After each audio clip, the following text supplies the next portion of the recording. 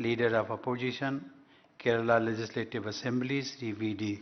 Sathisanji, Deputy Speaker, Kerala Legislative Assembly, Sri Chittayam Gopa Kumarji, members of the Kerala Legislative Assembly, distinguished delegates from across the country, ladies and gentlemen.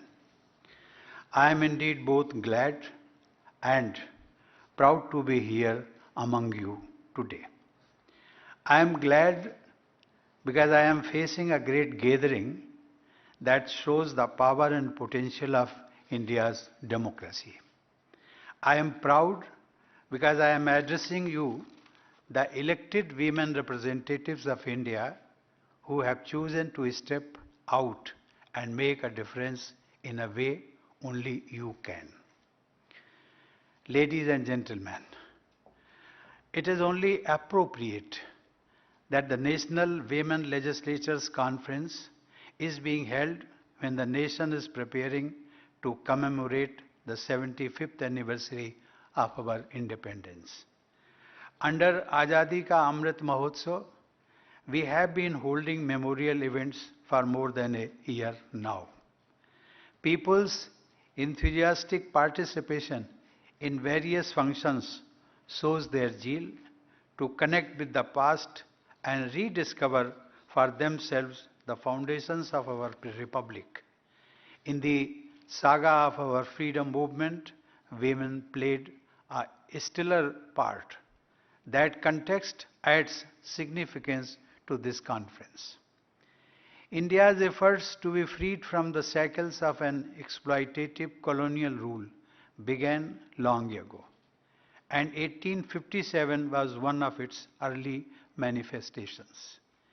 Even in the middle of the 19th century, while there were only men on the other side, the Indian side included many women. Rani Lakshmibai was the most notable among them, but there were many more like her fighting bravely against the unjust rule. That period was marked by countless uprisings across the country against foreign rule. They were of local nature, but they were also animated by nationalist aspirations. Equally, they all were marked by women's wholehearted participation in them. Ladies and gentlemen, it was towards the end of the 19th century that the freedom struggle started taking a distinct and formal shape. Gandhiji's return to the motherland in 1915 transformed it into a mass movement.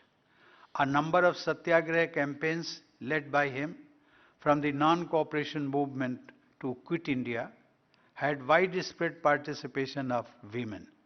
Indeed, historians have noted that women from all sections of society came out of their limited domestic spaces and joined public agitations in large numbers thanks to Gandhiji's unique leadership. I would like to add that those agitations were so successful eventually precisely because there was women's participation in them. Among the first women satyagrahis was Kasturba. Given the larger than life personality of her life partner, her own contribution to the nation tends to be ignored. She was not only the better half of the father of the nation, she was an inspiration to many women right from her days in South Africa.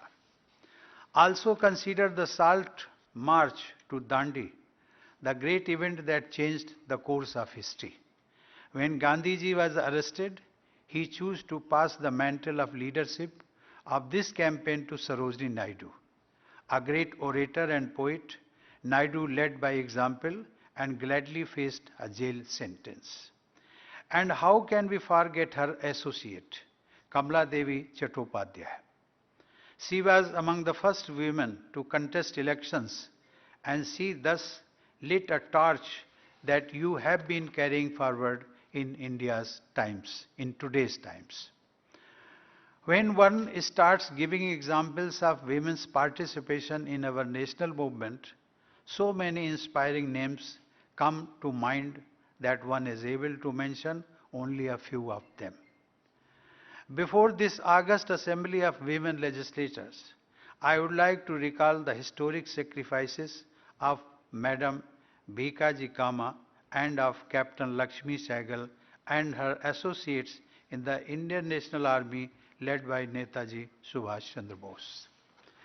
Ladies and gentlemen, when the glorious day of freedom came closer and the Constituent Assembly got together to draft a constitution for the nation, we were indeed fortunate to have 15 women members in it, and 3 of them were from Kerala. And their names were mentioned by our Chief Minister. Notable among this group was Hansaben Jivraj Mehta, also a social reformer and educationist. Her contribution to the cause of women's empowerment goes well beyond the boundaries of India. Hansaben was also India's delegate to the UN Human Rights Commission in 1947-48, when the Universal Declaration of Human Rights was being drafted. It was due to her intervention that the opening line was changed from "all men are created equal." I repeat it. The original draft was "all men are created equal." And at the instance of Hansaben, this was amended to "all human beings are created equal." Because human beings include men and women as well. India had then just emerged out of the colonial era. Yet, it is a matter of great pride for us that it was an Indian woman who taught the world the first session in gender equality. Ladies and gentlemen, the sensitivity towards equality of all kinds could only have been achieved due to the freedom struggle. India accomplished a rare distinction of offering universal franchise to all its adult citizens, regardless of any distinctions, right at the inception. Women not only voted in elections, but even contested, and 24 of them were elected to the first Lok Sabha in 1952. They included great freedom fighters like Sucheta Kripalani. Also consider the pace and momentum of women's empowerment. Barely a decade later, in 1963, she became the Chief Minister of Uttar Pradesh, then India's largest state that was larger than most of the nations. I am sure this audience appreciates the significance of that great achievement, and yet it should be highlighted. Women in the world's oldest modern democracy, the United States, had to wait for more than a century after its independence to win the right to vote. Their sisters in the United Kingdom also waited nearly as long. Even after that, many economically advanced nations of Europe refrained from granting voting rights to women. Thanks. In India, however, there was never a time when men could vote but women could not.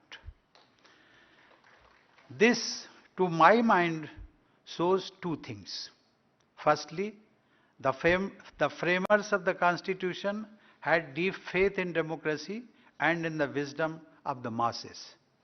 They considered every citizen as a citizen and not as a woman or a member of a caste or tribe, and held that each of them must have an equal say in shaping our common destiny. Secondly, from ancient times, this land has seen women and men as equal indeed, as incomplete without each other. I know of no other civilization that perceives God as Ardhanarishwar, half male and half female. Inspired by our ideas and values, we have gone further during these 7 decades and have provided for 50% reservation for women in local bodies. Calling it women's empowerment is a misnomer. I think because women are powerful anyway. Don't we say they are a manifestation of Shakti? If facilitating their better participation in political processes is empowerment in any sense, it is empowerment of the whole society because you all add quality to governance, you help bring focus on issues that matter. Ladies and gentlemen, women are shattering the glass ceiling in one domain after another. The latest is their enhanced role in the armed forces. Their numbers are rising in the traditional male bastions of science, technology, engineering, mathematics, and management, collectively known as STEM. There must have been more women than men among the corona warriors who guarded the nation during those months of the crisis. Kerala has always contributed more than its fair share when it comes to healthcare personnel. And women of this state have set an example of selfless care even at a great personal risk during this period of crisis. Such achievements should have been natural for women who constitute about half of the population. That, unfortunately, has not been the case. We have to admit that they have suffered from deep-rooted social prejudices. Their proportion in the workforce is nowhere near their potential. In politics too, there should be far more of you contesting and also winning elections. This sad state of affairs is, of course, a worldwide phenomenon. India has had at least one woman Prime Minister, and there has been one woman too among my illustrious predecessors in Rashtrapati Bhavan, when several nations are yet to have their first female head of a state or government. Putting the matter in global context helps us realize that the challenge before us is to change the mindset, a task that is not easy. It takes immense patience and time. We can certainly take solace in the fact that the freedom movement laid a solid foundation for gender equality in India, that we had a great beginning and that we have already come a long way. The mindset is already changing and gender sensitivity, including towards the third gender and other gender identities, is advancing rapidly. The government is also doing its best to impart momentum to this trend with focused initiatives like Beti Bachao, Beti Padhao. Over the decades, the state of Kerala too has been a shining example, removing obstacles in the path of women's progress. Thanks to a higher degree of sensitivity among the population, the state has charted new paths in helping women achieve their potential in the spheres of health, education, and employment. This is the land that gave India the first women judge in the Supreme Court, Justice M. Fatima Bibi. It is in the fitness of things that Kerala is hosting the National Women Legislators Conference. Ladies and gentlemen, this conference is being held as part of Azadi Ka Amrit Mahotsav. At this historic juncture, we are not only looking back, but also looking ahead. We are now looking forward to the centenary of India's independence in the year 2047. The next 25 years promise to be the auspicious period of Amrit Kal.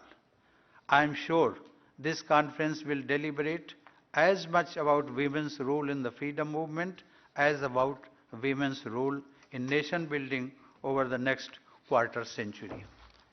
I now pronounce the concept of power of democracy inaugurated. I hope that this first national conference under power of democracy will be a great success. I congratulate the Kerala Legislative Assembly and its Secretariat for organizing this conference. I also extend my congratulations to all the delegates and invitees present here. I wish you all great success in your endeavors. Thank you. Jai Hind. Thank you, sir.